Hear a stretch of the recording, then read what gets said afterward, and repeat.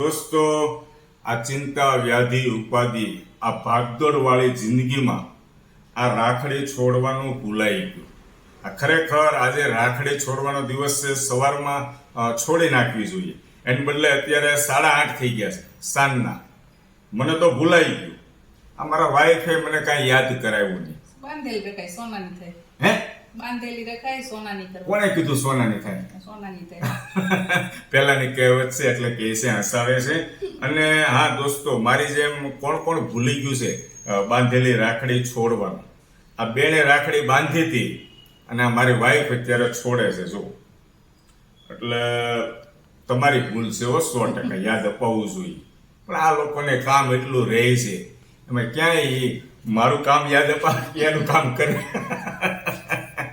કાંઈ વાંધો નહીં દોસ્તો, મને યાદ આવી ગયું એટલે મેં કીધું એક વિડીયોના માધ્યમથી પણ કહી દઉં. આમાં મારી ભૂલ હતી, લેટ થઈ ગયું. Thank you.